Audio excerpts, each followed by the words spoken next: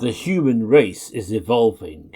Children are being born with amazing new abilities, but who also face danger and exploitation.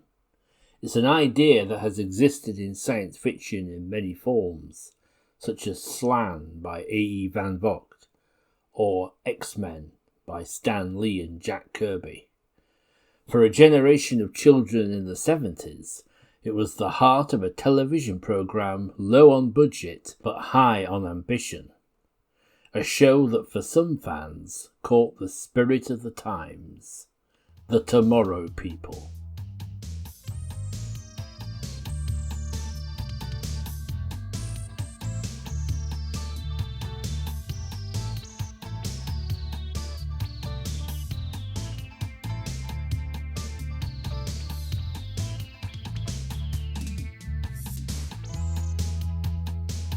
Welcome to Very British Futures, the podcast that likes to talk about science fiction television produced in the UK.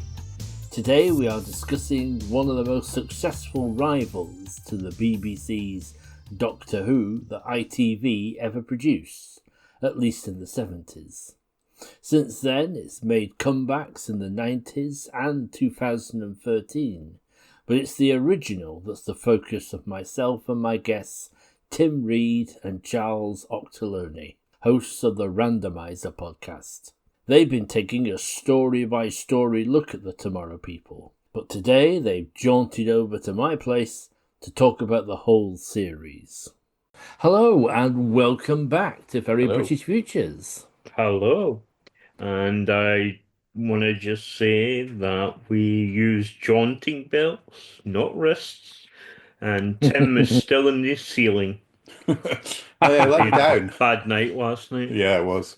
Yes. I was wondering about that yellow fringing around. Well, it's too much ready wreck. We're all in the nice subdued lighting of the original headquarters. Absolutely.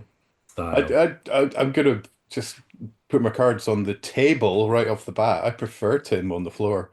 Interesting. I told you that's heresy. I'm here to see if the other Tomorrow Person fan that we know that there is agrees with you. I must admit, I do prefer the underground station with all the moody lighting. The other one's okay. It's not as bad, but it does have a bit of a daytime chat show. It reminds me of a wonky canine when he wobbles a little bit. We're talking about two different things because we're talking about the new base as a whole versus I just like Table Tim. Right, Tim. I see what you mean. Yeah. But no, I think I prefer him with his dangling balls. His balls in the air. Yeah. Yeah. The Tomorrow People was created, produced, and mostly written by Roger Price. Price had begun his TV career in factual children's programs, but had long had the idea of a sci-fi series about Homo superior, a phrase he incidentally passed on to David Bowie when the pop star visited Thames Television Studios to record a musical spot. The programme ran for 8 seasons between the 30th of April 1973 to the 19th of February 1979. Nicholas Young, playing the leader John, was the only regular who stayed for the full run, with other Tomorrow People coming and going. A new member broke out almost with every season.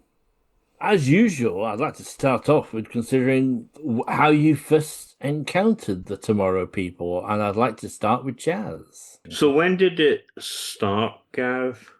It started in 1973. Obviously, 73 was a bit early for me to start.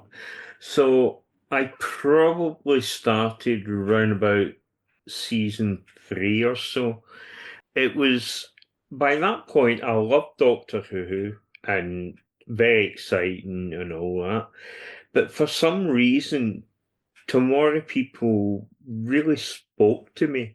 I mean, I was a nerdy kid, surprise, and just the idea that, you could break out. I really sort of loved the concept. when you're that young in the 70s, it doesn't look hokey or anything like it does now. But it's something that it just gave me a true love, and I was really excited, when it was on to see the series every week. Genuinely was running home from school to, sort of absorb it. I mean, Doctor Who had its own thing. It was a Saturday, you were always off anyway. So it was sort of more relaxed, but it felt like worrying if for some reason you got delayed, you wouldn't see it again unless they had a repeat, but they were few and far between. I think it was late 80s, early 90s, and at that point I was working, but I watched it and it was hokey, but it still had that excitement for me, and it it was, you were laughing like hell, but it just was special, and it was always special. And then when the DVDs came out, you had the things like the DVD commentaries, which just had me on the floor with the whole thing. Today, I know this sounds weird, but it's my favourite TV program of all time, and I'm a massive Doctor Who sci-fi fantasy fan anyway. And it seems the bastard stepchild of all TV fantasy, but I'm here to stand up for it, and it's mine, and I will take it to my heart. Tim, so how did the Tomorrow People enter your life? At gunpoint. Chaz clearly loved it and talked about it often. I had heard of it, but I don't think I ever saw it. I mean, I was born in 73, and what were there, 7-8 series over 7 or 8 years? I'm not sure, but Something like that. yeah. So I think by the time I was old enough to watch it, I'd probably passed me by. But I had a friend at school who's my sort of first Doctor Who fan friend, and he'd sort of talked about it and had talked about this mysterious episode where Peter Davison appeared in his underpants. And he would do drawings of this moment of televisual history, and and so that was my kind of first impression of the Tomorrow People, was that's the one with Peter Davison in his pants, isn't it? But in later years, when my friend came out, I thought maybe it was another reason he was drawing Davison in his pants. But bit of a hint there. Yeah, but it was and it was basically, as we started Randomiser and Chaz talked about Tomorrow People more and more and more and more, that I kind of I sort of eventually thought that maybe he would give me some food if I watched it. But I told you, bread and water only. Yeah, but to be honest, starving to death seemed like a more attractive prospect at the time. But no, so I was fairly reluctant just because its reputation preceded it in that sense. But also with a bit of seriousness, I know, stop me now. Chaz's love for it shone out, and he talked about it with that sort of nostalgia and love that made me think, well, there's definitely people out there who like this, and it's a bit of telly fantasy, and why the hell not? And yeah, fun. Davison in his pants turned out to be a very entertaining episode. It was. What's it called again? Man for Emily, yes. Yeah. And I've also, since we finished watching the old series, the original series, I went and read through enough of the book called Jaunt that covers those episodes. I haven't read further because I may yet go and seek out the 90s series and some of the... Look at you looking smug. Just like, my work here is done. I know I've groomed you all through this.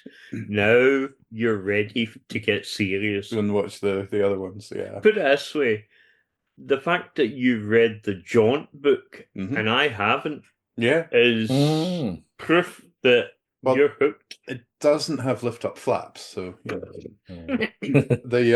It is a great book. It's come in very handy in the preparation for this episode. So I feel I ought to give a shout out to Andy Davison. Yeah. And say you've written an excellent book there.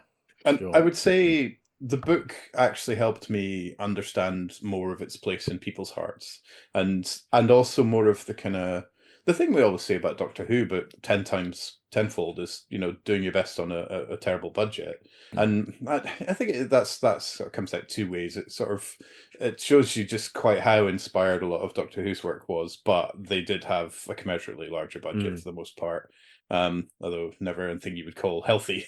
But it also just, it made me understand more the kind of the way to reach people. That thing that Chaz alluded to of feeling like there was a place you could be yourself and all of that stuff, and feeling alienated from your parents as well. It made me remember a childhood fantasy that I really came from that star up there that I could see, and not from this mundane earth.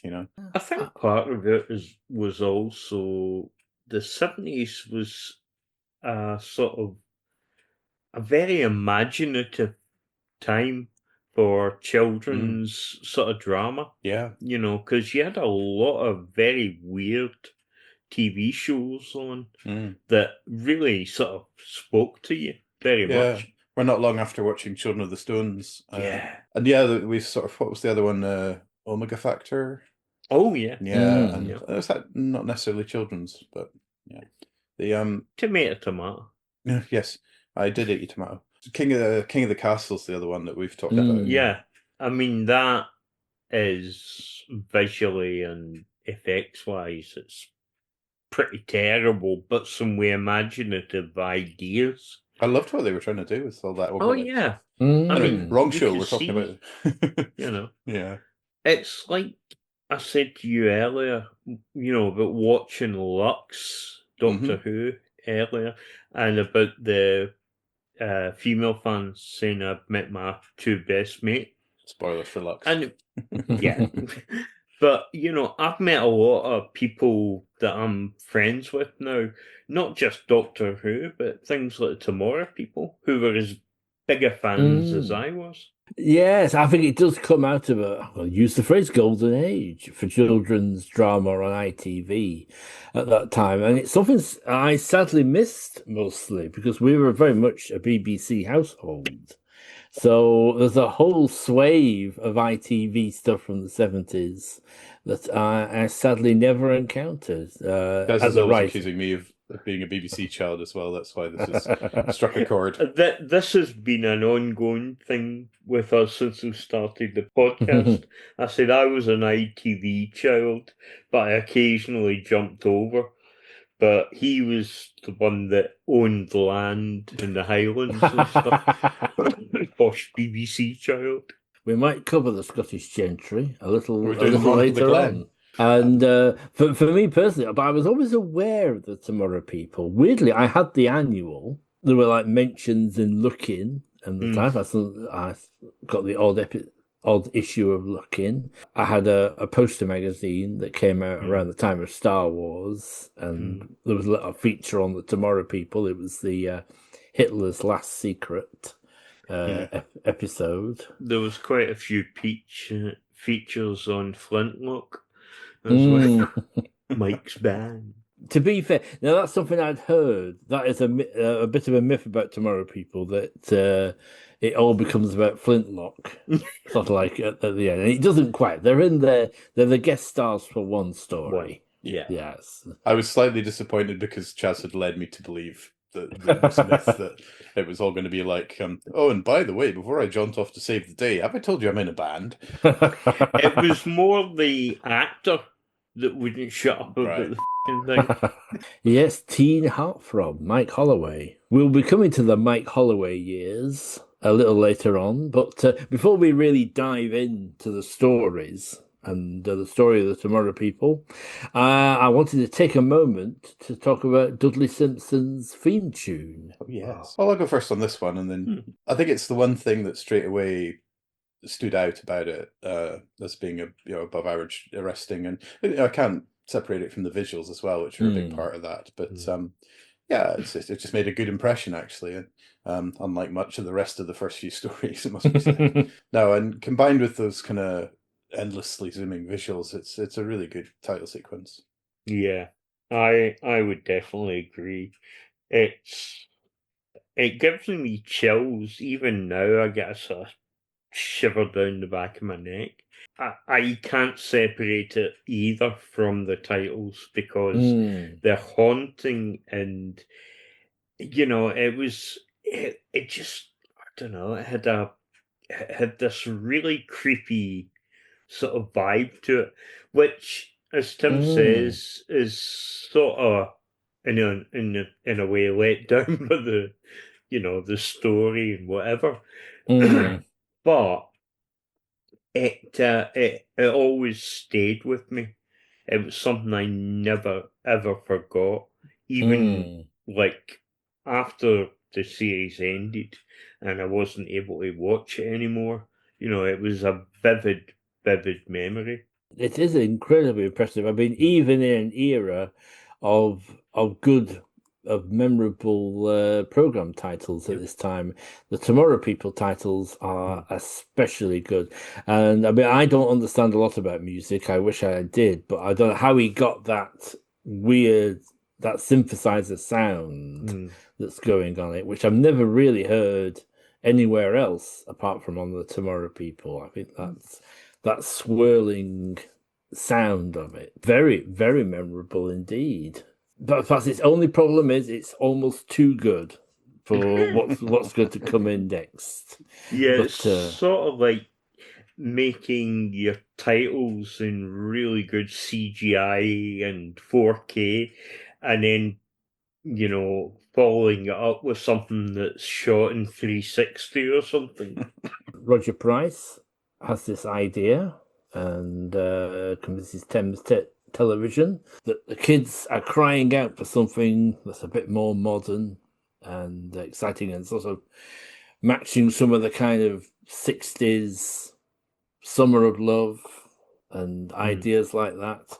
And although, as I said at the start, it's an idea he'd had since he was a schoolboy. Really, he'd had this. We were talking earlier about having these fantasies about trying to look for an explanation about why things are the way things are, and feeling alienated from it. And he travelled around a lot as a child and been in boarding schools and stuff. So that had kind of aided, and he surrounded by authority figures that he all turned out to have clay feet. So basically, presumably didn't travel nearly fast enough either. Yeah, he did jaunt a little. Jaunt. The phrase "jaunt" actually comes from the Stars, My Destination by Alfred Bester. Which I've read actually, and I read it while we were watching Tomorrow People, and I had a little jolt. I was like, "Oh, he said John." I was like, "Okay." But yeah, did Asimov use it as well, or am I imagining that? Or I think you might be imagining that. Yeah, I should have read it somewhere else as well. But season 1 is very much, I think, they're learning how to do it. I mean, they bring in Paul Bernard as the director because he's done Doctor Who, and think, oh, there's a guy who's done science fiction. We'll bring him over. He can tell us the secrets. And immediately started kind of clashing, apparently, with Roger Price of how effects. Because I think Roger Price was in some ways quite a groundbreaking, rather like Barry Letts. He's seen this CSO effect, this chroma key effect, as they were allowed to call it over at ITV. and you could see the possibilities of it. How does that first season feel as a kind of finding their way how to do this science fiction series? I mean, obviously it's to modernise. It's very ropey, but you can sort of see what they're trying to do, and again, it's big ideas that can't be realised properly. I think I mean my only sort of concrete season 1 memory that involves chroma key would have been the sort of hyperspace stuff, I think. And that I remember that the clipping was horrendous on it, and they just had real problems with it. And I think I read in the Jaunt book that the way they'd done model shots was they didn't like Bester's work on that, and had kind of taken a new approach. Again, I may be hallucinating, but for the most part, I think, my kind of impressions of the visuals were more about the kind of quite weird costume choices. Dave Prowse's nipples spring to mind. There's a lot of nipples in this show. Yeah, I don't remember any particular visual effects disasters apart from maybe the hyperspace one. But again, we're used to it. We're Doctor Who fans, for goodness sake. So it's you suspend disbelief, and you can just suspend it that little bit harder for the Tomorrow People. I kind of love the one. I think it was the first episode where Kenny jumps off Tower Bridge, and the policeman sort of has a go, and jaunts in the middle of it. Yeah, gosh. And I mean, early days Tomorrow People, you had this, thing about authority figures, especially traffic wardens, who would always end up throwing their cap down, or, sort of very Benny Hill. Yeah, quite tonally strange, some of those jumps. Yeah, yeah, very much. I mean, as they progressed, they got very good with puppets. Hold that terrible, terrible thought on that. Yeah, I think you've kind of put your finger on it a bit. The thing I love about the Tomorrow People is the ambition. Yeah. And that they're going for usually big ideas and big concepts, which I admire, especially because they went into it knowing they didn't have that much money. The Tomorrow People lab stroke sort of clubhouse. Yeah, dormitory. What orange milk bar?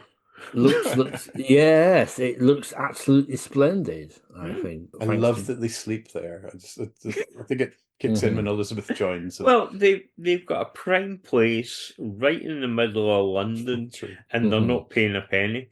By the time you've climbed up out of the underground tunnels, you're going to be a bit scruffed up, though.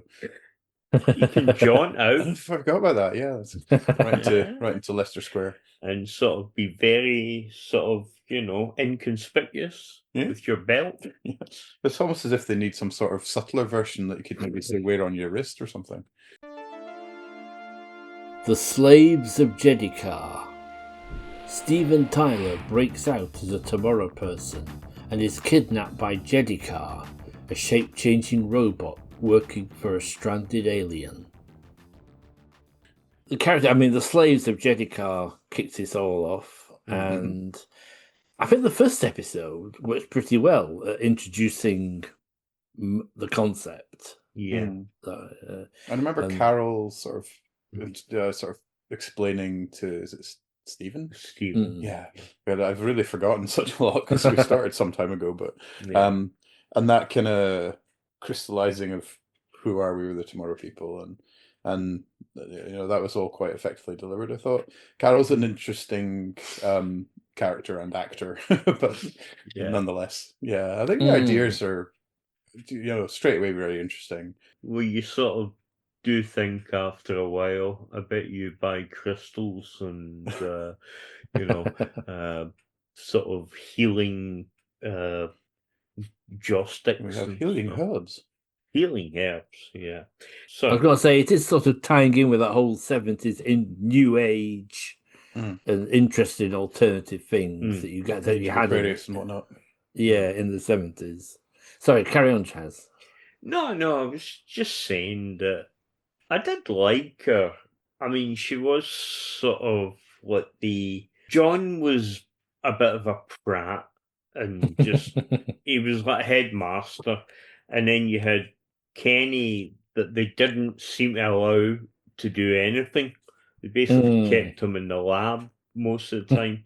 And Stephen, who was a bit boisterous. So Carol sort of seemed like a calming influence. Now, that could have been the jaw sticks or whatever else she was smoking. I didn't buy Carol as another child, which I think was the concept for the character. And I also didn't buy John as child. Even an older child. Yeah. 40s. So there is this sort of slightly thing of, okay, what ages are these people meant to be and what are they playing? I was properly shocked when I read in the Jaunt book that, the idea was that John was just a slightly older teenager. It was like 40 years older.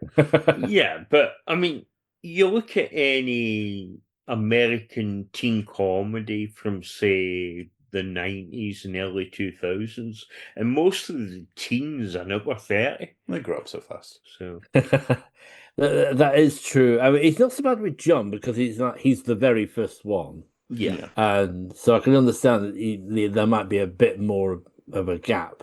But yeah, it is hard to believe that Carol is a teenage girl. Really. When they introduced Wilfred Bramble as a new Tomorrow person, I was just... And it's interesting, the characterization. I mean, one thing about Tomorrow People is that there's a lot of stuff that's kind of there, but it's never really explored, really, until Big Finish. I think one of the things I liked about the Big Finish audience was that they drew out a lot of the stuff that was always there as a subtext, and they kind of. And with John, he's definitely got a bit of a superiority complex about him. I mean, superior.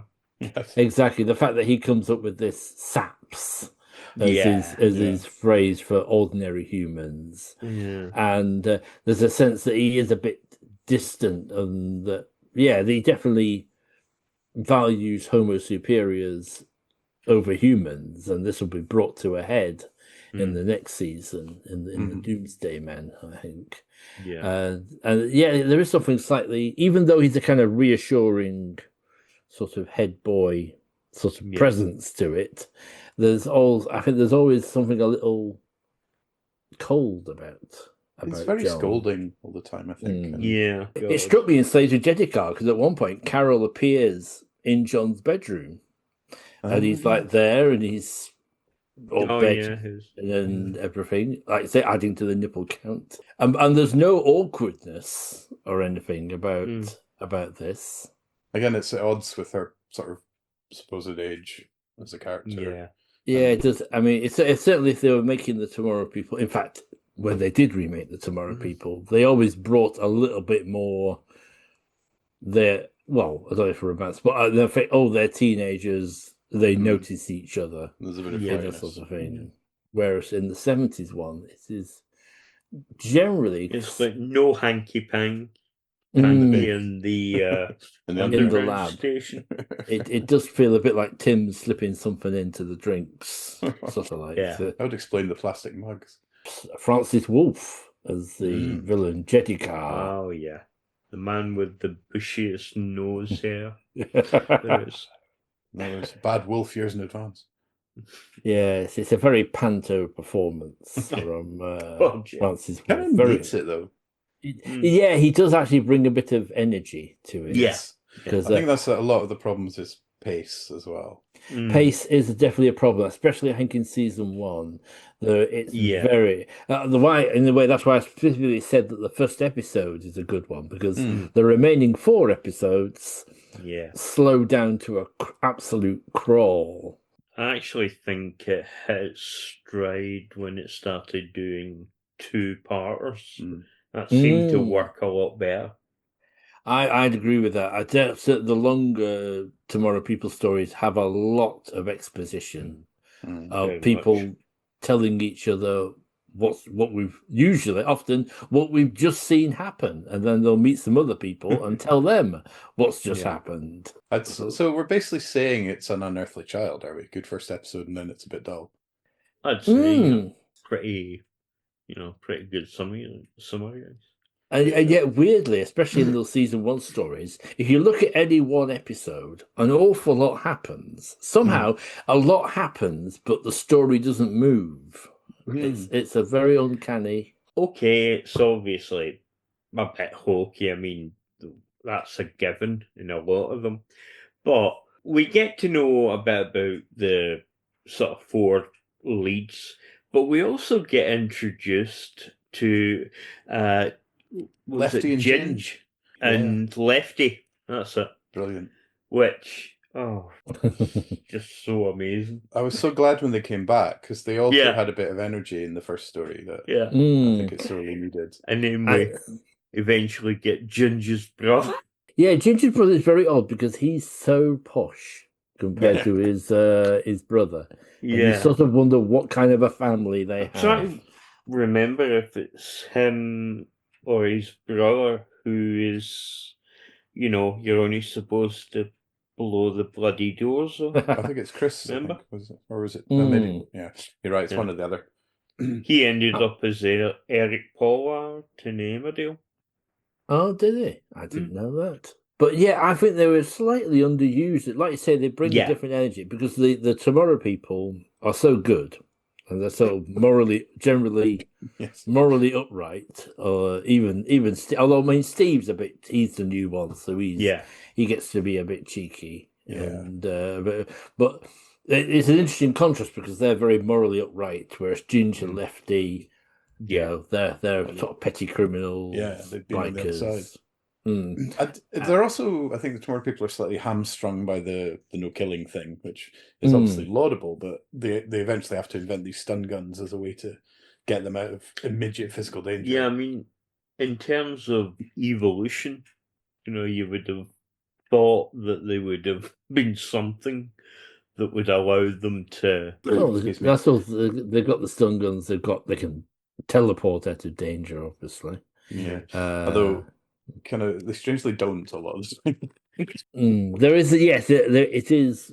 The whole teleporting thing, it's a bit like mobile phones. You're always trying to find a way to get rid of that power to create some tension to some extent, which of course they do in the next story, the Medusa strain. Yes, with the collars that they fit around people. The Medusa strain. Galactic criminal Count Robusky has kidnapped Peter, a young time guardian, and is using his powers to steal treasures across history. Jedikar joins forces with Robusky to get revenge on the Tomorrow people. And it happens later as well with the two. There's some mineral much later on that zaps their powers, isn't there?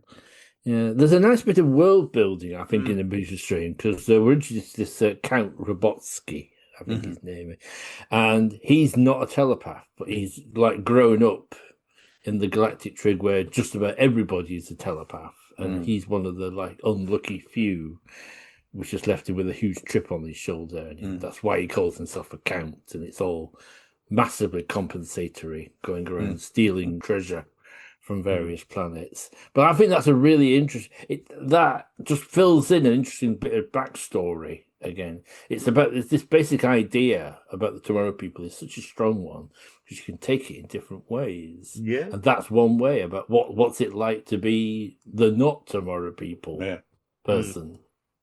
I think there's some more comic touches of that as well. With I think it's Chris later on, where they say that they're sleeping by hovering just off the floor, and they forgot that Chris couldn't do that, so he was really uncomfortable all night. Oh yeah, and they've just gone off without him at one point. And then any particular thoughts on the Vanishing Earth? The Vanishing Earth. When their friend Ginge is abducted at a fun fair, the gang investigate and discover an alien criminal called the Spidron, who is illegally mining the Earth, despite knowing he will destroy the planet. No, remind me of the plot of that one. It's the one with the Ku Klux Klan alien. Oh gosh, Spidron, yeah. And the fairground, is that right? And the fairground. Was that Cooltown? Spidron, I think. Yeah, I think the Coultons are to come a little later. They might have been mentioned. That's another nice bit of. There's another nice bit, world building that quite a lot. What were the Ku Klux Klan ones called? Spidron. I think it was just called the Spidron. Yeah. Or the Spidron. Oh yeah. It's been a little while since I've seen that particular one. I mean, the first time you see it, it's a very striking image. The first time when Ginger kind of, having just been kidnapped by the glamorous woman, wakes up. And her costumes were so terrible, I seem to remember. It's just well, it's on point, isn't it? Ku Klux Klan, the SS, and Yes, I did wonder if it was a deliberate choice or not to make him look like a Ku Klux Klan member. If it wasn't. Maybe they just had it What's lying going around. through It's someone's like, head. This is one of the frustrating things I found about the Tomorrow People is that there's lots of, for some reason, there's lots of interviews with the actors, but very little remarkably to do with the behind the scenes people. It's certainly, well, what program has been covered in as much depth as Doctor Who, but it's surprising that really all the key. Roger Price is very elusive. He doesn't really give interviews. And I'm not aware of interviews with Ruth Boswell or Vic Hughes about. And if you know differently, please do get in touch. Because I really would be interested in hearing what their memories of the series are. Pretty strange when you think about it. You just thought someone, involved would in the overcome production. the wall of shame and talk about it. Yeah. Are many of these people dead now? Or I know Roger Price. I think a lot of them are still alive, but a lot of them. I mean, sadly, we lost Peter Von Clark last year. Yeah. I think most of them are alive, but there doesn't seem to be that kind of network of fans and conventions and stuff to kind of chase these people down. Get the Tomorrow People's equivalent of Toby Haydock. Yeah. Really? Relentlessly pursue them and interview them to within an inch of their lives. Yeah. All those restraining orders. I do think Peter Von Clark is pretty good in this. I do as well. Yeah, I think he does well. Actually, him and Elizabeth. I mean, Elizabeth's always good, but I think him and Elizabeth are really my favourites. I was really genuinely quite sad when I found out about Peter Von Clark. As I say, I mean, the character, but I also liked him, through the commentaries and stuff. Definitely. I mean, he puts up with an awful lot of Nicholas Young, a barrage of jokes about his acting. That's why, and bears it with great good humour. From like One Note Young, that's rich. But in terms of acting, I think is there anything else you'd like to say about season 1 before we move into season 2? We haven't talked about Kenny. To absolutely praise Tomorrow People for having diverse cast from the get-go. Although Kenny's definitely the weakest link in terms of performance and it turns thieving. Well, he wasn't an actor. I think Roger Price saw him at a youth club or Stephen Salmon. Yeah. I mean, according to the commentaries, they had to keep an eye on him because things were going missing quite often. They'd hang a coat up and something would disappear.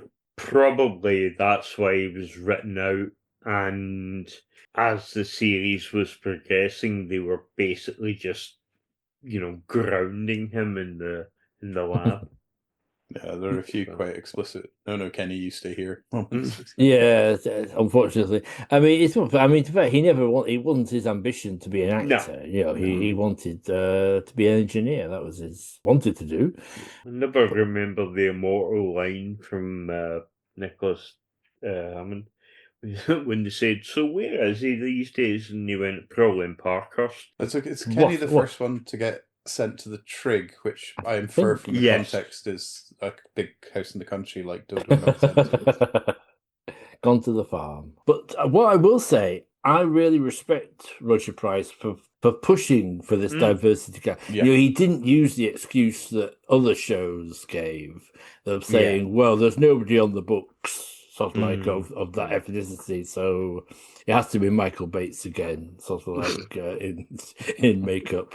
So, and I like that he went out on a limb and cast people like Stephen and like Elizabeth Adair. Elizabeth. Elizabeth Adair. She was wonderful. Such a breath of fresh air, wasn't she? Yeah, I think less well served by a lot of the material than her talent warranted, but she clearly was the best performer of the lot, I think. Yeah. Definitely. I would say she was definitely the best actress Yeah. in the series, and Yeah, she has absolutely. it's striking. She has a naturalism about her, Mm. and she's just really good at conveying, at making this a believable character. And She went into social work, didn't she? she I did, think, yes. yeah. And she seems to be a really interesting person. You know, in later Very interviews much. with her, she's. I think she gets in the documentary Beyond Tomorrow. I think she gets some of the most interesting insights. Yes, I in that remember her show. talking about how they only let her use her own hair at the very end, and that's a big sort of racially coded kind of issue as well. Black women's hair, which she's interviewed quite a lot in her office. Have you seen Beyond Tomorrow? I have It's on seen the DVDs. I think. Yeah, we watched it. Did we watch it together? Yes. I don't know. So You know, when I'm at home without you, I have like a cardboard cutout, so it becomes very difficult to tell. Well, it's a bit like I've got paper mache Connor Right. that I used to I remember that, yes. have when he went on When he went away. holidays. Yeah, he's literally not joking, listeners. I can send This you would be the great picture. if you ever went on Would I Lie to You? It's Yeah. like one of those guys. I have a paper mache version of my son, which I pull out when he goes away on holidays. Yeah. So I actually want you to get famous enough God, to appear in that yeah, program I'm now, going just to for say, I that. need to get famous. Yeah. Yes, Elizabeth is brought it. Another great thing she does is that she sort of challenges John a bit more. Oh God, yes. And Before time. and we needed that because I do like the scene in the Doomsday Men, because John is all for letting this this human astronaut die in space. He thinks, well, if we save him, we'll be revealing ourselves, and it's more important that we remain in secret. And she said, who the hell are you? Well, I don't want to use the word hell, but who are you to decide who lives and who dies? Absolutely. Yeah, by not saving them, you're revealing another thing about yourself. So Yeah. Exactly. No, she's got a couple of nice sort of moral compass speeches here and there, I think, as well. Blue and the green, of course, it's a fairly transparent metaphor that Elizabeth is well placed to speak to. The blue and the green. All over the country, young people are forming into gangs called Blue and Green and violently fighting. New Tomorrow person Elizabeth helps John and Stephen to discover the cause. Yeah. I remember when we got round to the Blue and the Green. I mean, there'd been reasonably okay episodes, but I was really waiting for you to watch that one, because that is like a standout. Yeah, it's definitely the first one with a kind of solid thing to say, I think. Definitely, I think this season has a good run of 3 stories. They're still suffering a bit from the padding, and but they all feel like, well, there's more confidence, and I believe a slightly bigger budget, and which is from Thames, which is why they get all that nice outside broadcast filming in the Blue and the Green as well. Like Tim's got an extra sort of light bulb or something. Arthur Daly was probably sort of flogging some stuff for them. Have we leaped ahead to Blue and the Green? No, I think we're now into season 2 now. Yes, so Blue and the Green. It is often held up as one of the best stories. It seems. I think I'm trying to think over the whole thing. I think it's probably the best one on its own merits for me. But Man for Emily's my favourite, entirely not on its merits. That's fair enough. Really. Yeah, I think that. I mean, the concept isn't necessarily original because it's been done quite a few times. Well, we talked about that Star Trek episode, didn't you? With the people, and what's that called? Last Battlefield. Battlefield, and Babylon 5 done it with the Drazi.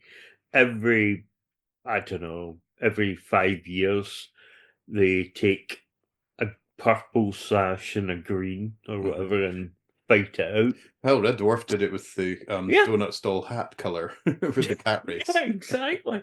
So I mean, it's as I say, it's not original, but it's how it's done. Yeah, and the idea of a painting is a really nice one. It's quite imaginative. Mm. You know, And it was sort of, well, psychic, you know. Yeah. You got a proper creepy basement. And Yep. that's- And you love a creepy had basement. the greatest granddad ever. No, Clive Dunn, second greatest. The granddad character is it's the weak link for me in the blue and the green. Yeah. Because I kept waiting there to be an explanation about why is he so obviously being played by a young man? And he's supposed, when he's This was going supposed to be John Sim suddenly. Yeah, I was expecting it to be a reveal at some point. Yeah. No. He's an undercover cop. They can't get the ages of the casting right, can they? It's like, No. Carol's far too old. Have we lost Carol by this point? We have, yes. She's gone off to join the trig. Yeah. Yes, Nigel Pengram played grandfather, and apparently he was cast because Roger Price thought he's an absolutely amazing actor who can do anything. But really, but maybe on stage, maybe on the forgiving stage, but under the harsh TV lights, it's very obvious. Oh God, he's a young man. Honestly, it was a hilarious performance. It really was. Well, I think that's it. It's one of those sort of comic failures that is comic in an episode that's otherwise standing up really well. So it's especially keenly felt, I think. Yes, but it's a national for obviously dealing with prejudice and violence in people. And I think the following story, A Rift in Time, is it's a good science. Yeah, it's a good science fiction-y type one. We've got time travel, we've got alternate timelines. We've got Peter Duncan. A Rift in Time. Answering a distress message from Peter, the Time Guardian, the gang accidentally changed history, resulting in a galactic Roman Empire. That's the one with the bee, isn't it? The fly metaphor. Fly. Yeah. No, we made a remark in our episodes where we covered it on the metaphor about swatting a fly in the past leading to unforeseen changes in the future. Which was a decent metaphor, but delivered in the most patronising way possible by John. I think it's also a good example of ambition on a small budget, because the whole of the intergalactic Roman Empire is basically one corridor and good monkey costumes.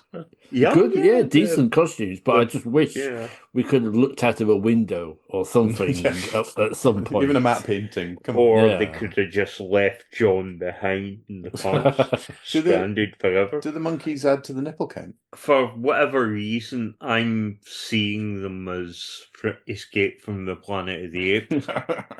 There are those tabards. Yeah. At least the monkeys are dressed decently to come to dinner. But I think that's quite a decent one, and some good ideas. And the Doomsday Men. The Doomsday Men. A secret organization is creating international conflicts for its own ends. Stephen goes undercover at a public school to learn the truth, whilst the team must stop the hijacking of a space station filled with nuclear weapons. It's interesting. The camp. Talking with the Special Highland School. With all the boys learning sword fighting in their kilts. It's all become a little bit more camp this time. What could possibly go wrong? They'll all get nice high voices for the school choir.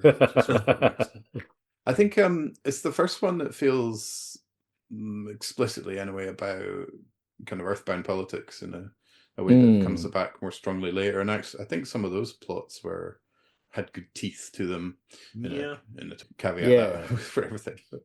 I'd agree with you. I think there is a sense of it's becoming a bit more serious. So it's for a children's show, it's like it's tackling some bigger themes. I mean, obviously, it's very in the Doomsday Men. Kind of simplifies things by saying, it's a secret society of very bad men who love war.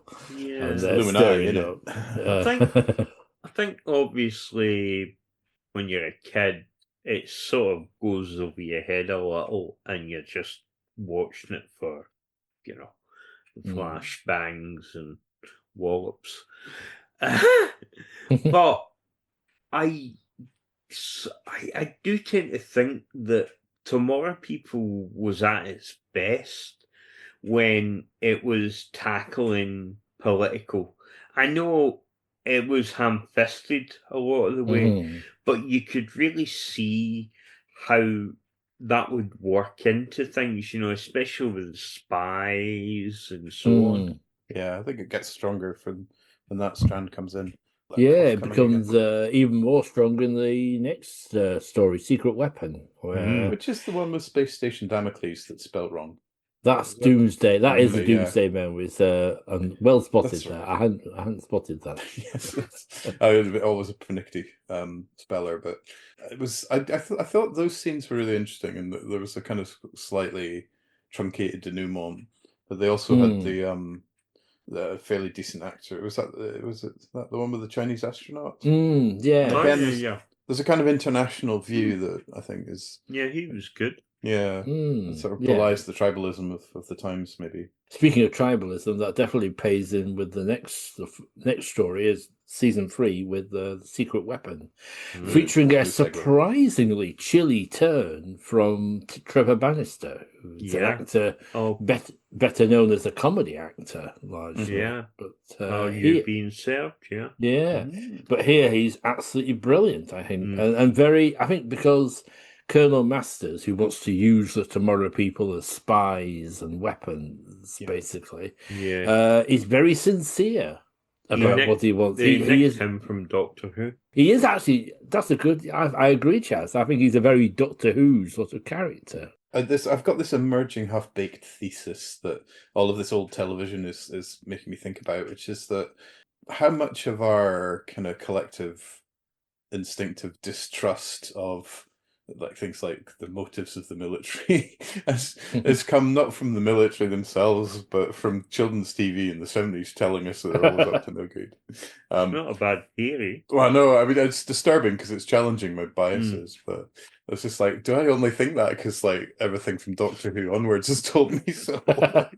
It's funny, to some extent. I think people have often been a bit suspicious of the military. I think I'm sure even in the World Wars, I mean, people were probably we couldn't voice it without being slammed in jail. Quite interesting when you think, because British sci-fi and things does that whole distrust, whereas American sci-fi is more military based.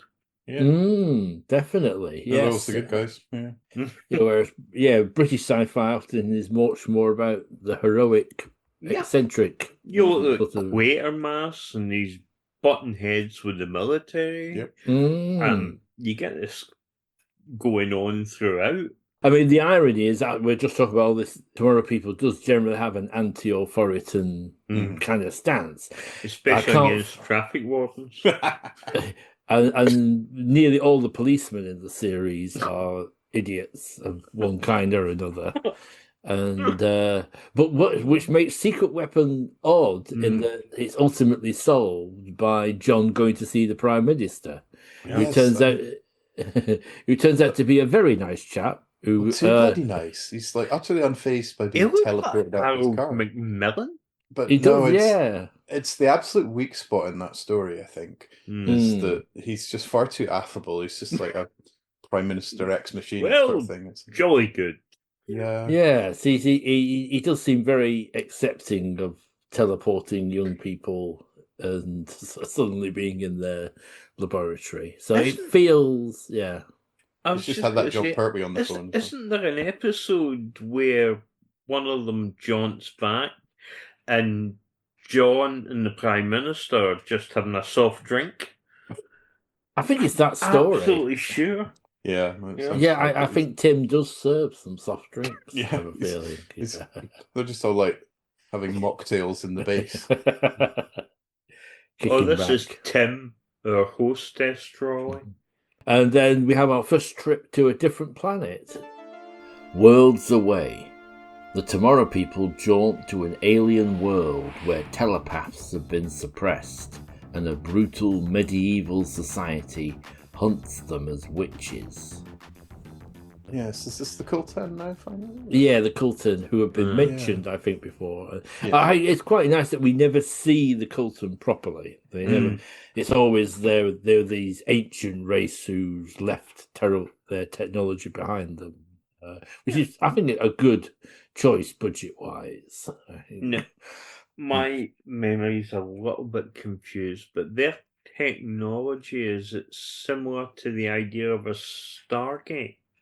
There Or is am I- definitely Stargate Right, huh. Egyptian echoes going on here. Mm. It's all Eric von Daniker, isn't it? That Everything could is. well be it. That Oh, could be the yeah, influence the- of it. Yeah, Chariots Was of it the Chariot Gods. of the Gods? Yeah. And A lot to and answer for that. yeah, and generally it kind of reinforced that story and a much needed holiday later on. Kind of reinforces. I think that Tomorrow People is better on Earth. I think it's much more a series that's.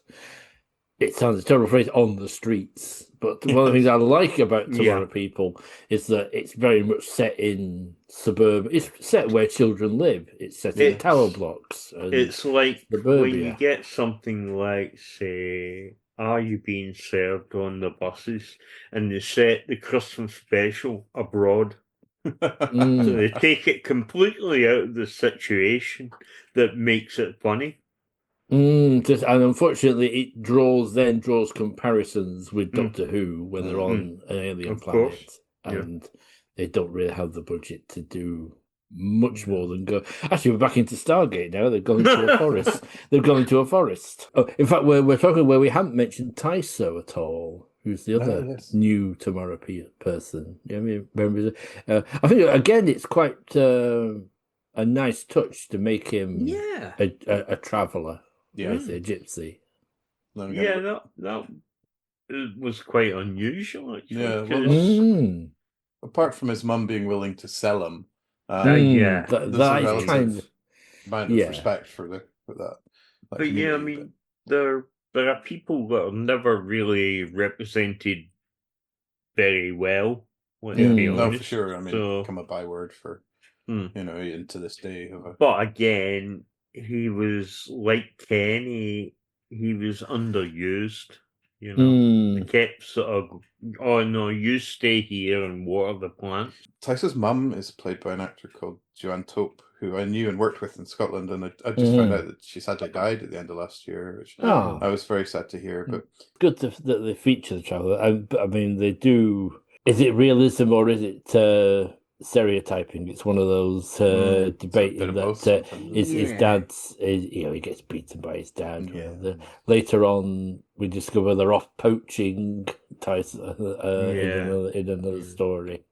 Yeah, so his mum's played by Joanna Tope, right? Who I know is Jo Tope. And she was in Emmerdale Farm as Claire Scott in 1973. The Tomorrow People as Mrs. Boswell, and Omega Factor as Julia Crane. But I knew her as an actor in Scottish theatre circles, and we'd worked on a couple of shows together.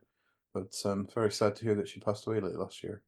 But Tyso is such an interesting addition. He's got that kind of the cheekiness that we liked about the younger members. It was very likable. Again, underused, like you say, Gareth. Underused to the point where Roger Price actually kind of forgot about him at the next season, and until he had a phone call from him saying, "When are we starting?" And he sort of had to write him in hastily out of guilt. Yeah. But that's astounding. And he was definitely the one who inherited the mantle of "No, you just stay here, Kenny." It became "No, you just stay here, Tyso." Good, yeah. What was the name of the professor that was, the woman professor doing tests? Sorry? Oh no, I was thinking of the old archaeologist one. It was Professor Corsten, played by Brian Stanion. Yeah, he was good. Actually, he was a good addition. I kind of liked, because they went back to him quite a few times. He was one of the sort of gingin lefty. Thing. Yes, he was interesting character. He's sort of interested. He's a bit ambiguous. He's kind of on their side, but he's also prepared to work with people like Colonel Masters or as parts of his work. And now we're reaching A Man for Emily. A Man for Emily. A dim-witted but dangerous alien family arrives in orbit. When the cowboy-obsessed Elmer rebels against his mother and sister and escapes to Earth, the whole world is put in danger. Go on. I'll let you start on this one, Chaz. It is Jesus. probably one of the most notorious Tomorrow One of People the- stories. I don't know, just at the time, even being young and whatever, I wasn't swearing, but I was going, what the heck is this? You know, just the start of it, the sort of long, lingering sort of shot, slowly going up towards a pair of silver boxers, and then there's Peter Davison in all his sort of semi-naked glory with a curly white wig. I just sort of just sat there and went, what is it? Yeah. That was his first television. Yeah. Yeah. And it's astonishing it wasn't his last, really. But And, you know, the episode, well, the story is so utterly ridiculous.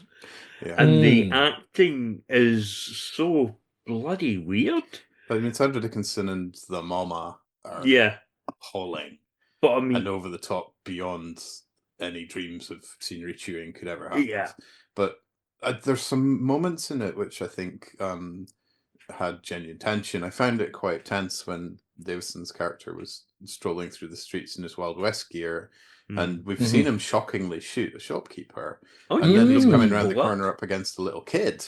The little kid's gonna draw on him, and you're just like, is this kid gonna get shot? Are they gonna go there? And then they have a comedy resolve where he pulls the banana out of his holster instead. Yeah. That's great.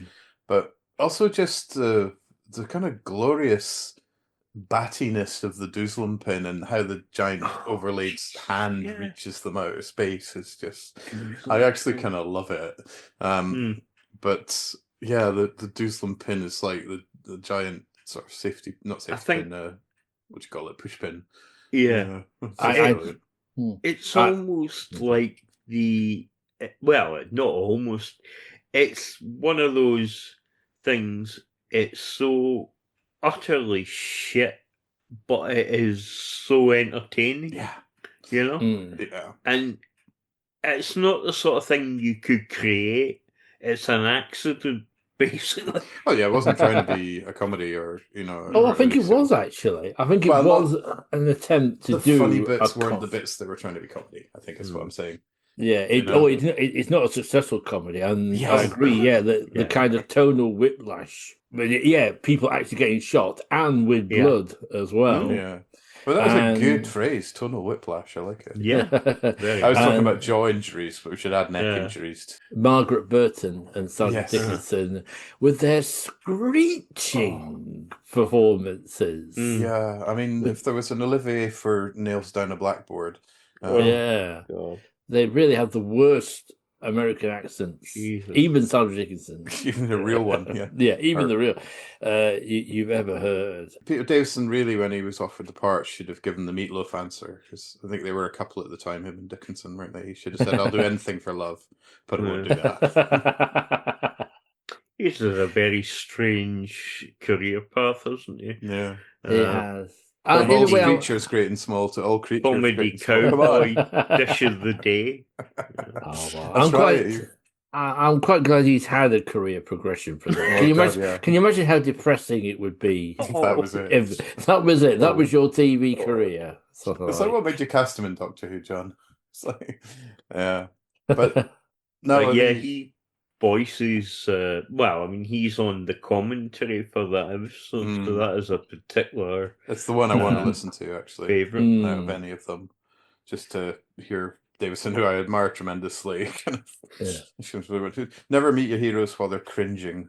It is a very bizarre story indeed. It's become a bit of an albatross, I think, for the Tomorrow People. I think it's the one that people tend to remember. Yeah.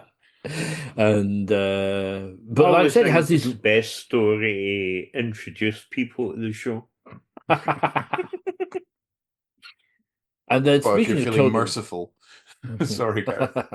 and it also has cannibalism, just throwing at the end as well, there we go. or potential cannibalism at any rate yeah, for John's got character, and it's so weird that we go from something so out there and silly into one of the stories, one of the more darker stories in some ways, although it's not as dark. I was a bit disappointed when I saw The Revenge of Jedikar, because I'd been led to believe, and several people get shot, and like the Samora people are nearly killed, and he's after revenge. But it's actually fairly talky, and we're going to spend quite a bit of time with this terrible, played by Ali Bongo, this magician. Yeah. The Revenge of Jedikar. Jedikar is unearthed by an Egyptian archaeologist. After killing her, he disguises himself as Stephen and sets out to destroy the Tomorrow people, murdering several allies and leaving John and Elizabeth near death. It does allow, I think, Peter Vaughan Clark to be quite good, I think, because Jedikar takes on his form. Yeah. And so it allows Peter Vaughan Clark to do a bit of evil acting as well. Yeah. So what do you have any particular memories of this? What might have been at one point the final Tomorrow People story? Yes.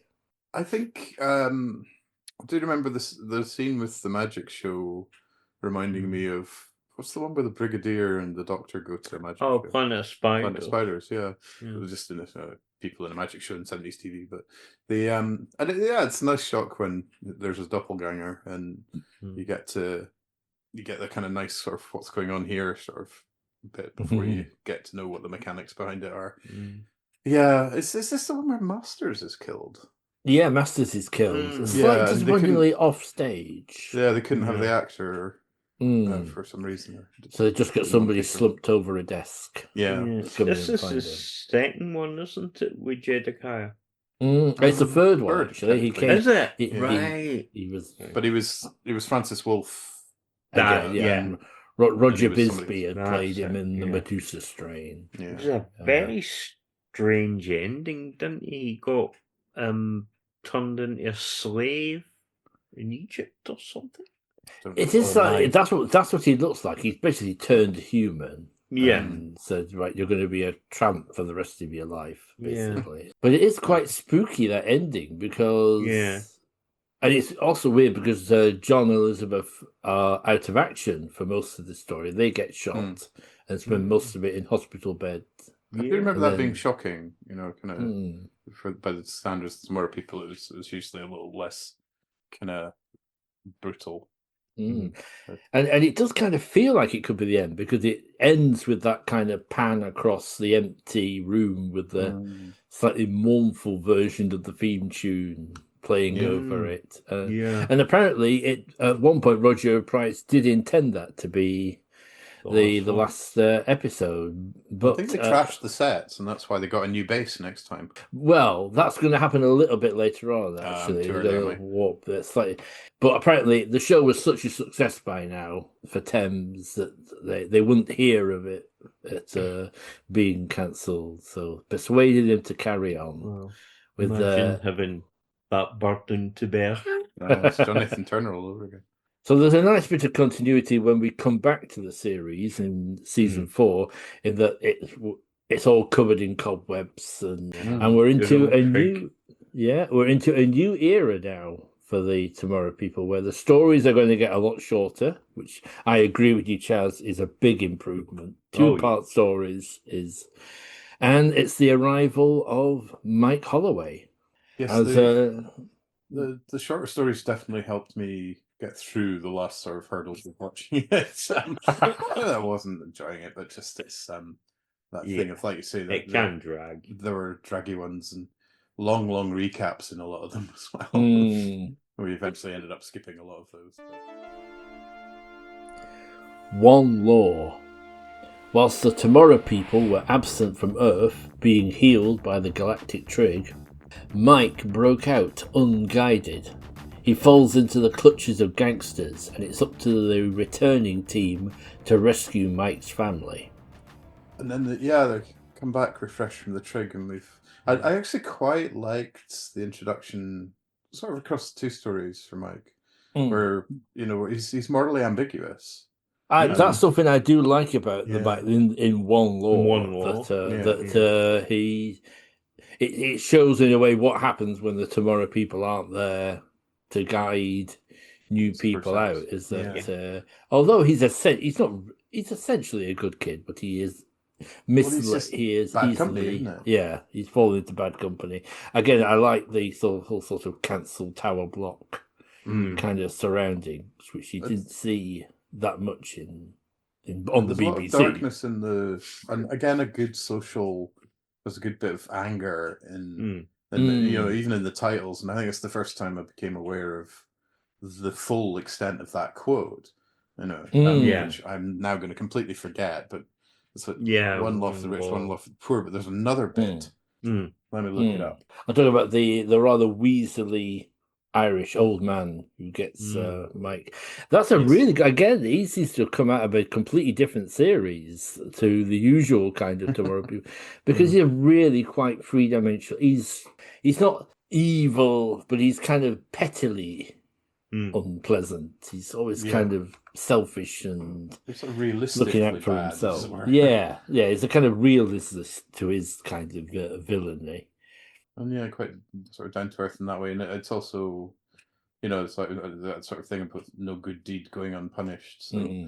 It could have been quite a gritty story if it wasn't for the two gangsters, the two who involved in it. I'm trying to remember the name of the actor. He's John Hollis is one of them. Yes, and then the kind of fat dumb one. Norman, I'm reading this as wearing a white Norman sort of Mitchell. suit or something. I think so, yeah.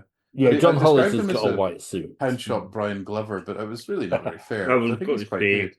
I mean, I've seen John Hollis be a lot better than he is in this story, but I'm afraid in this one he sees it's a kid show. I'm gonna go pantomime gangster, sort of two-tone. That's the character name, and the other guy's literally called Slow.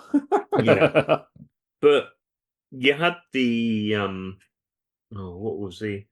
Lord or something. Yeah, well, that's the social commentary is that the rich guy is behind all these petty criminals. Yeah, because he was friends with his chief of police, putting the police in a bad light in this one. Well, anybody that's got a funny handshake. Well, Elizabeth Adair is a child psychologist, which is probably a good graduation from the Tomorrow people. And have you heard the story of how she chose her character name, or she got her character name? Apparently, David Price literally said, "What's your favourite name?" She said her own name. It's a great anecdote. Great. Yeah, no, I think One Law and definitely made a good impression on me when I. So I was going to say, I think I found that quote you were looking for. Yes, thank you. Used as the episode. One law for the poor, another for the rich, which prohibits them equally from stealing bread.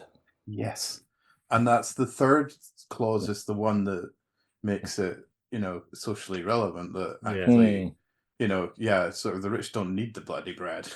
Yeah, and after this quite interesting story, sadly, it's Into the Unknown.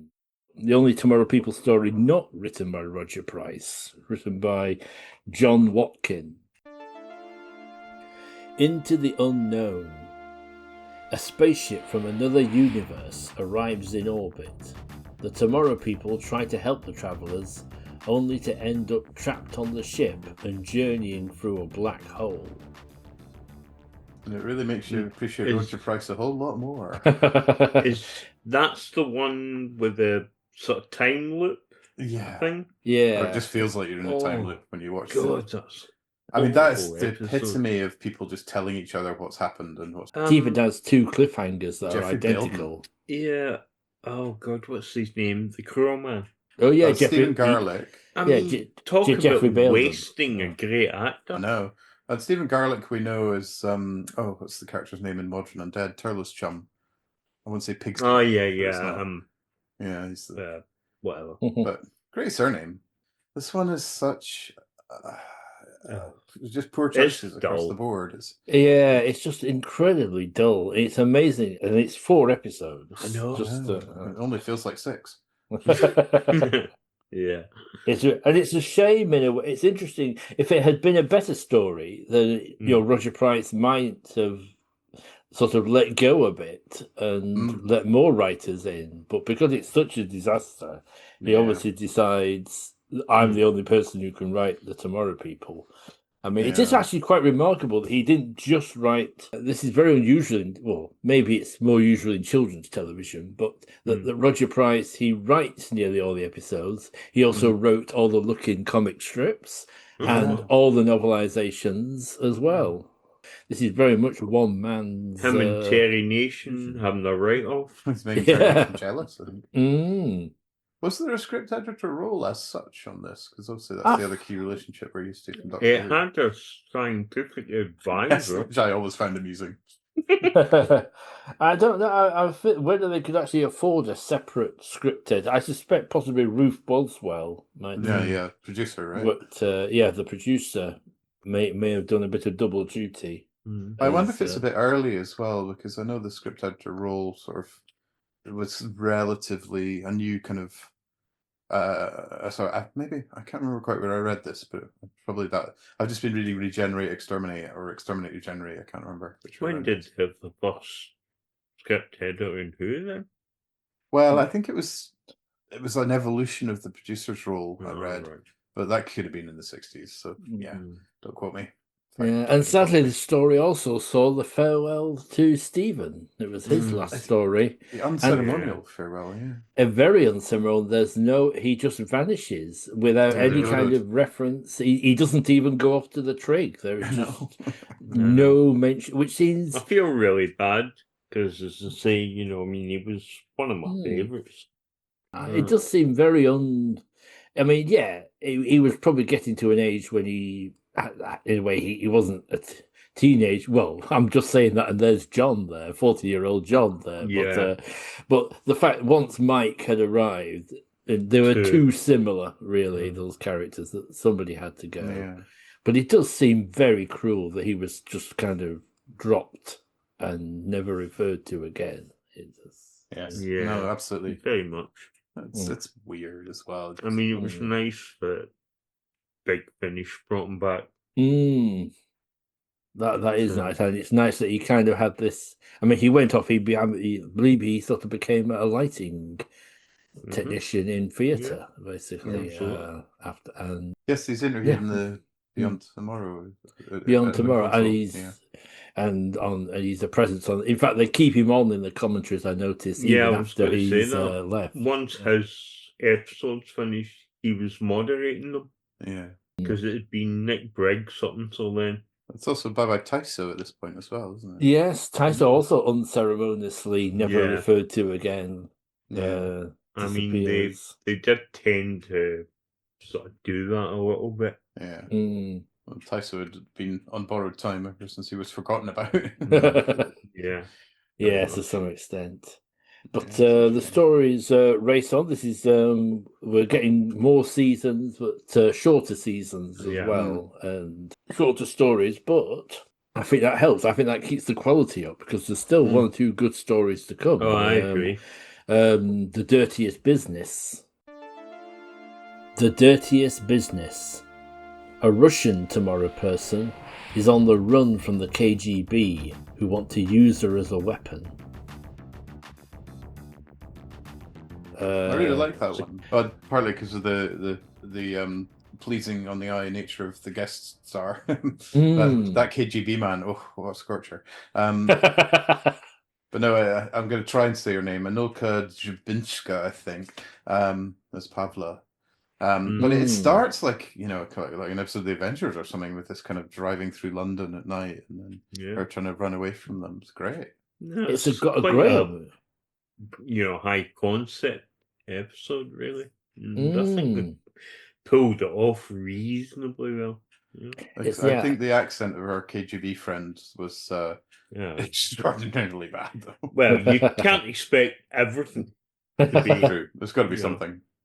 Yeah, I think it has one of the strongest starts of a Tomorrow People season because, like I say, apart from the nighttime hunt for Pavlova, there's also Pavla. There's also We've all had a nighttime hunt for Pavlova, Gareth.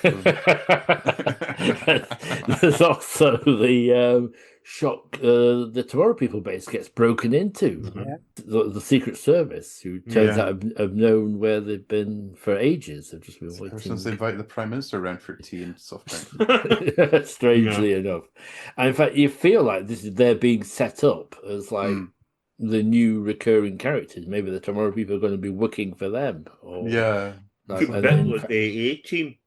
If you can find them, you might be able to hire the Tomorrow People. We're not worrying too much about spoilers. I think we have to mention the ending. Yes.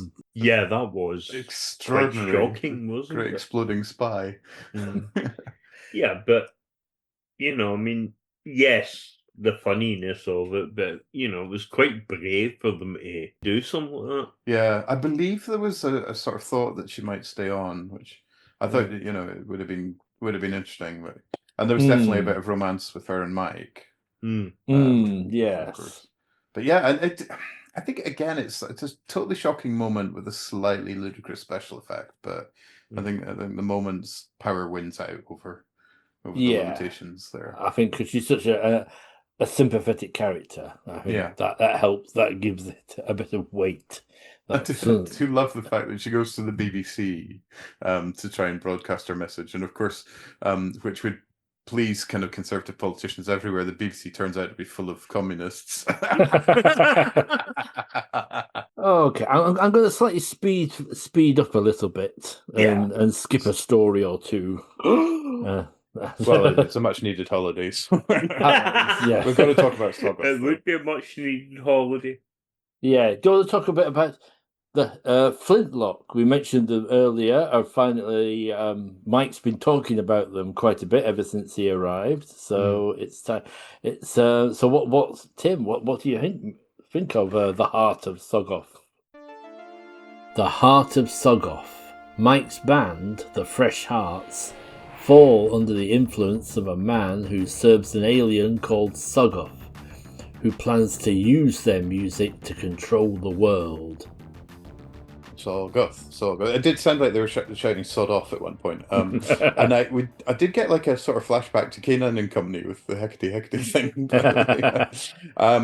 It had a lot of atmosphere. I mean, we finally get to see Flintlock in action, and thank goodness they aren't in every episode. But and this kind of killer drum is quite cool, and we have that kind of. Yeah, John's face-shaking possession face is just a joy to behold. It's really quite poor, but other than that, it rattles along. It's it's again a sort of change in tone. I'm quite enjoying that it can be sort of spy drama one week, and then, it's a much needed holidays, sort of a bit of a Temple of Doom feel with all the kids in slave gear. So but I did want to say about Much Needed Holiday that the Kleptons is a great name. It's worthy of Teddy Nation. Definitely. And Steel Diamonds. But they're they were a sort of decent monster design let down by a bit much Baco foil on the guns. Yeah, no, Heart of Soggoth, really good episode. Nice, what Tim was saying, very spooky vibes. And it sort of had that sort of similarity to Blue and the Green with the violence, whenever the drum was, and it was just taking people over. I like that. And it's a good thought. John's resting possession phase. The face aside, I think it is quite exciting. I think it's the first time we've had a Tomorrow People face-off. Of fighting each other with their powers. Yeah. I thought was that kind of raised it up a bit. Yeah. For me. No, definitely. And we started to see, I'm not sure if it's the first time, but in Holiday we started to see Phil Gilbert's in person as Oh yeah. No, I was going to say he'd been in it earlier. Offhand I can't remember, what particular episodes. Is it the Roman? I'm sure Gareth does. Well, I think he had it in his contract that he'd appear in person at least once a series. Oh, it's Revenge of Zedekiah. Yeah, so I think he first appears in The Vanishing Earth as Timus. He does appear in every season as one of the Timus clones. I was going to say, how many clone brothers is it? Something like 60? Something like, I don't think it's that. I'm getting the number 9. Oh, right. Timus, Ernest, the number 9. Was it Ernest? An old man. Something. In fact, amusingly, one of them is kind of the black sheep Timus in Worlds Apart. He's because he keeps getting involved, rather doctorishly. He keeps getting involved in. Is he the one with the safari suit? Yeah, he's the safari suited one. I mean, I do like Philip Gilbert. I think he's a good actor, but I do wish. Now I say, could you shave your head or wear a bald cap? Because some of that Bobby Charlton sort of comb over of his. So he's come to the left in one role and to the right. Oh, Jesus, yeah. It's just too earthly somehow for supposedly powerful alien. Just worried about his hairline. I love how Tim's always loved up whenever he arrives as well. Yeah. It's like, my voice actor. Your excellency. Yeah. But he and Nicholas Young are the only people in every episode then, is that right? That's right. Just those two. We haven't really talked about Philip Gilbert, but I think he does a good voice as Tim. It's the right kind of uncle. It's patrician nice. Kind of authority. He voiced terrible lines quite often, though. Yeah, true. Castle of Fear. The friends discover a new Tomorrow person called Andrew, who has the power to create powerful hallucinations, but he is endangered by his own strict religious father. And we get 2 more Tomorrow people in this final sort of stretch. Andrew, a young Scottish lad. Turns out to also, occasionally you have this, that Tomorrow people have an extra power of some kind that hasn't been mentioned before. His powers to wind up alcoholic barmen. And use Presbyterian father. Yes, I mean, that's the interesting thing, because they hadn't really dealt with religion so far in the series. So it was interesting that, what happens if you break out in a very religious kind of household. We were joking that the stereotyping of Sutai's character is nothing compared to the stereotyping of the Scots in the over-religious father and the alcoholic barman. The mischievous wee tyke in the sweet kill. Nigel Rhodes played Andrew. Yeah. Mm-hmm. And he's not bad, but he's a bit... Yeah, he's kilt. He's the one with the kilt. That's kind of how I remember him, really.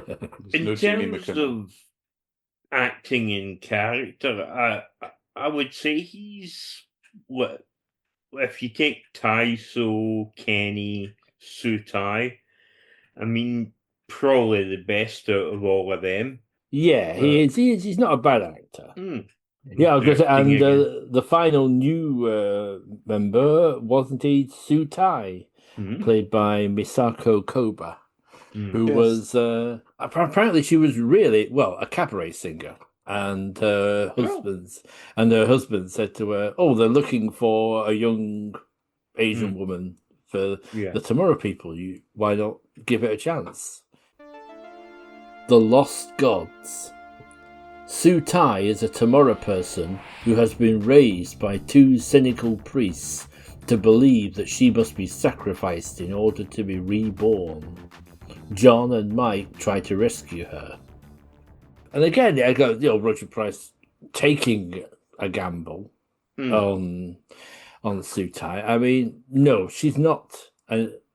She's the kind of opposite of it. If Elizabeth is marvelously natural, in all scenes, Sutai is very wooden, I'm afraid, is the phrase. Right in thinking that her accent wasn't as thick, but she was asked to sort of put it on a bit or something, or am I I can completely. believe that because, I mean, she Yeah. was living in this, Yeah. United Kingdom. I believe her English genuinely wasn't great, and I think I was also heartened the Beyond Tomorrow documentary. It turns out like the cast generally also had trouble understanding her. So it's not just us being massive. You listen to I watched that documentary. But there was great Indiana Jones and Temple of Doom vibes in the lowering into the pit of fire in her introductory. And that's the one with the gliders, isn't it? Lost Legs. I was going to mention John's, insurance bill. And I quite like the thing in the story that the two high priests are utterly pragmatic and corrupt, actually, and they don't believe in any of this religion. Yeah. They're just doing it to maintain power. Just killing children for power. I mean, great. Bert Quark's in this one. Yep. Isn't he? Yep. Yeah. Yeah. If you, typical 70s, there's only one Chinese person. But as you observed, it ends with John sternly saying, "Let's not get involved in any more dictators." Dictators, yeah. Sorry, that's the end of the Hitler one. Yeah, and then the next, it's the Thargon with Papa Min. So many stories actually that all have interesting bits in them. It's a bit hard to kind of jump over them because you just mentioned really Hitler. I'm struggling, but Hitler's last secret is quite remarkable. It starts off really well again. It's very Avengers, New Avengers, kind of vibe. New Avengers, in fact. Yeah. It has a very vibe with the young SS boys hunting each other through the forest. It's the one time I've actually had some respect for John because he tears a proper strip off Mike for going out in trendy Nazi clothes. Which I kind of forgot, but it was a little bit of a thing, certainly in the punk movement. And you've got Nicholas Lyndhurst and Ray Burgess in that one. It's not quite a starry cast, and Michael Sheard in one of his several. He is played. That was Hitler's last secret. Was that he was really Michael Sheard all along? Hitler's an alien, so actually that means we shouldn't listen to his message. Yeah, and everybody was really shocked because he was saying everything so perfectly when he was supposedly. We can contrive to persuade the world that Trump's an alien, and that'll fix this fucking. That would be useful. I mean, it is. I find it slightly annoying. The Hitler was an alien. Yeah, and only then should we not listen to him. So. Yeah. I mean, if you're trying to sort of say, do you know what? Hitler was bad because he was an alien. The Thargon Menace. Two Thargons crash land on an island ruled by the dictator General Papa Min. The Thargons claim to be fugitives, but prove to be criminals when they offer the general a Ripper Ray to rule the Earth. Can't let the Thargon Menace pass by without talking about those puppets. I mean, that almost outreacted. I think it did outreact Man for Emily when we watched it. I think it did. I was just waiting. I was unprepared for the sort of stubby penis-like glove puppet. In fact, you saw that, and I was thinking War of Empires, but I think you've been sort of. You couldn't be more shocked by it. That was a real low design-wise. For people who haven't called Eric Roberts in it, I presume it's not that one. Presumably not. Yeah. Yes, but for people who haven't seen the Thargon Menace, just to explain that the Thargons have these. Well, they never really explain quite what they are, whether they're some sort of cybernetic creature or a computer.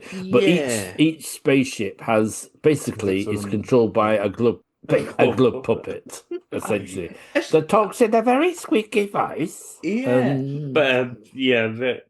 Oh God, Zippy. Yes, it's Roy Skelton. Yeah, no, David Graham is the puppet voices. I'm reading. Oh, right. But I think he's I'm not sure what his pedigree was. The other one then. He's done Daleks and some of the Thunderbirds. Yeah, he was. And he's Grandpa Pig and Peppa Pig. And Parker, yes, in Thunderbirds. It's like, yes, milady. Mm. And he plays kind of the sinister sounding aliens. The sinister. I was going to say the sinister kind of Dalek in the 60s. You've got Peter Hawkins is kind of the shouty Dalek, and then David Graham's does the sort of raspy Daleks. Yes. Yeah. That's a good voice for them. Mm. I mean, this is his career shame. Before it was a one-man band. Yeah. Mm. For the Briggs. But no, I don't think Nick Briggs's vocal skills could have saved the Fargon creatures. The Dictator was I mean, I think he was based on Idi Amin or something. Yeah, but it's not a great performance. It really isn't. Especially when he's in the spaceship telling everybody that he is the cleverest man on Earth. Well, funny enough, like a certain other world leader. Name escapes me. I think that's all I really need. I couldn't let Thargon Menace go by without just sharing my gobsmackedness at the terribleness of that puppet. I think it's because, actually, for Tomorrow People standards, the spacecraft with the two young kind of Thargons in it, it's all set up. It has a look. It's very tinfoil, but it has a look. And then the puppet just comes completely like it's escaped. Left field. Yeah, it's like it's escaped from an LSD-fueled episode of like Rainbow or something. It's just... I quite like that they're reusing the castle location for a while now as well. It's, so actually we don't see the last of the father who's mellowed extraordinarily quickly. Yeah, it's amazing, isn't it? Within one story. Mm-hmm. You mentioned you had quite a nice story about the end of Castle of Fear with the hallucination battle that they have. Yeah, it was possibly my most vivid memory of the show. I just, I think it was on a school visit to a castle, and it wasn't that location, but it was very similar. Reminiscent. And then I was talking to my mate about, red coats, and he's looking at me as so. I love the bit of trivia about that is one of the Highlanders in that sequence is an uncredited Gregor Fisher, aka Ramsey Nesbitt. Yeah. Wow, I did not know that. It's the one in the string vest. I gotta say, I liked Living Skins. The Living Skins. Earth is secretly invaded by bubble-like aliens who disguise themselves as jumpsuits and possess their hosts, including John and Sutai. Oh, I love Living Skins. Yeah, Living Skins. It's so good. It's a very Doctor Who-y kind of story. Yes. And they're sort of Auton plastic, but as clothes is a new twist that they never did with the Autons. So. What was it? Sutai, you'll love your bubble skin. Oh my god! Bubble shock. Yeah, and that's that's the idea that they kind of they sort of eat it from the inside. It's a neat little idea. And it turns out the Tomorrow People have a nudifier, which will take your clothes off for you. Oh yeah. Well, sort of. It turns out everybody wears leotards. Yeah, it's amazing. Tomorrow People. I was a bit disappointed that the boys' nipples weren't on show. Yeah, it's a sad failure at the last moment, really. Absolutely. But no, and I love the sort of like that's where all the rovers from The Prisoner have gone to retire. Clearly, yeah. That cellar full of them was just kind of just the right line of that ridiculousness versus quite fun. Yes, I think it's a good idea that they've done their best. Absolutely. One of the themes of tonight's episode has been admiring the ambition of against the budget, but I think it kind of gets unstuck in the final story, War of the Empires. Yeah. War of the Empires.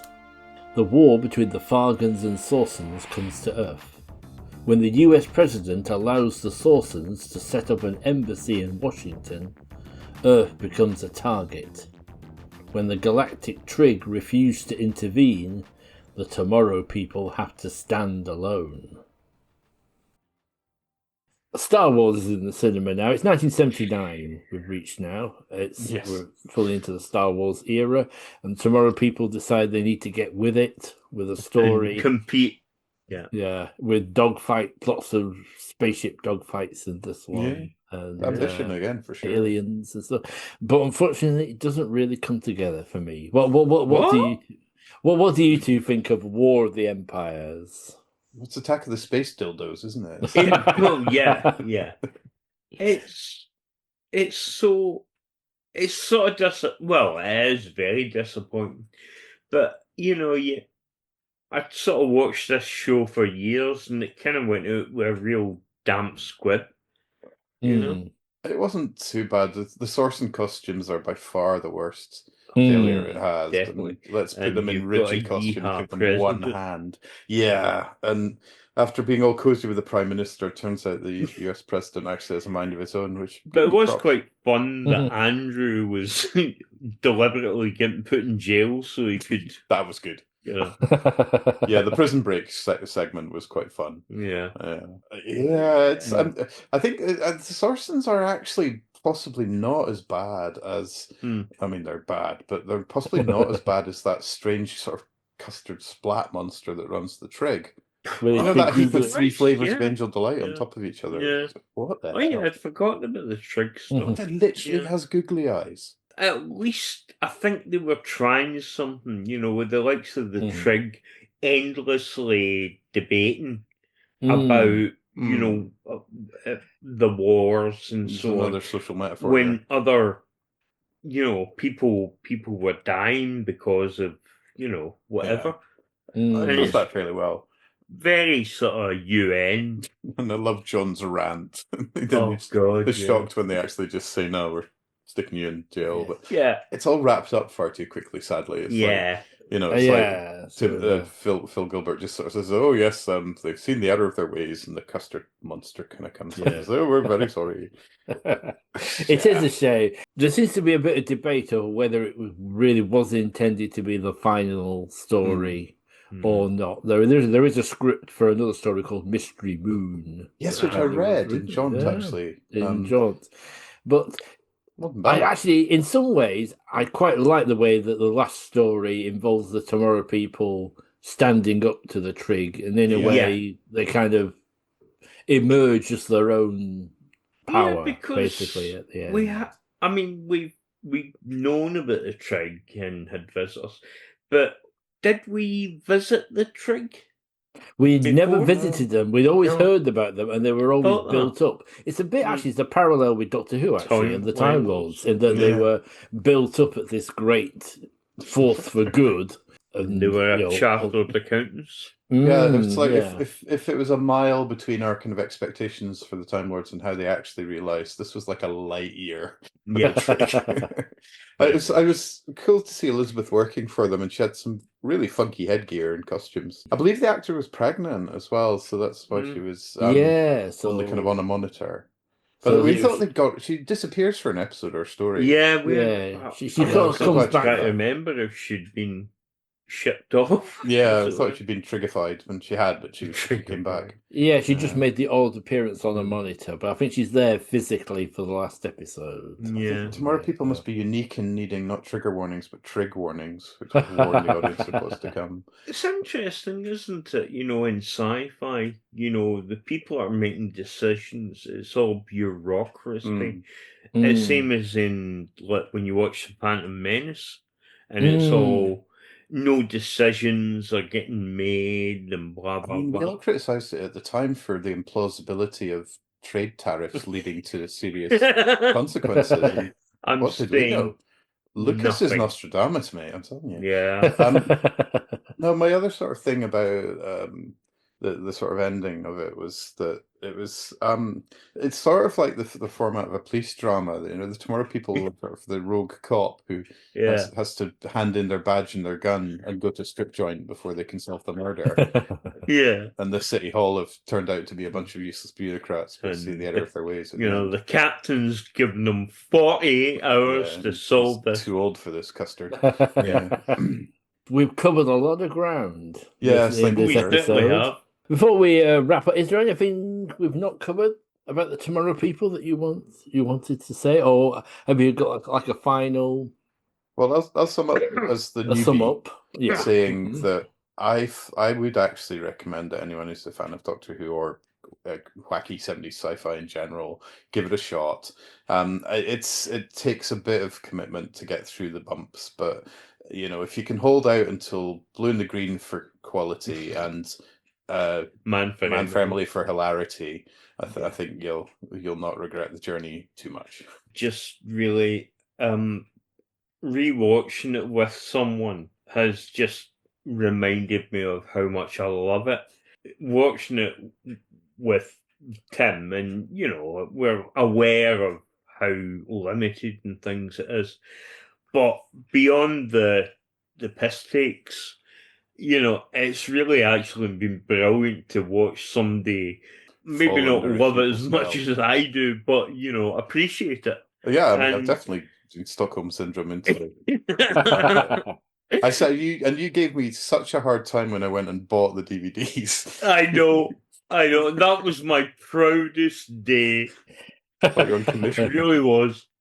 No, it honestly, it's really made me love it more and made me appreciate it more. Yeah, can I see my family now?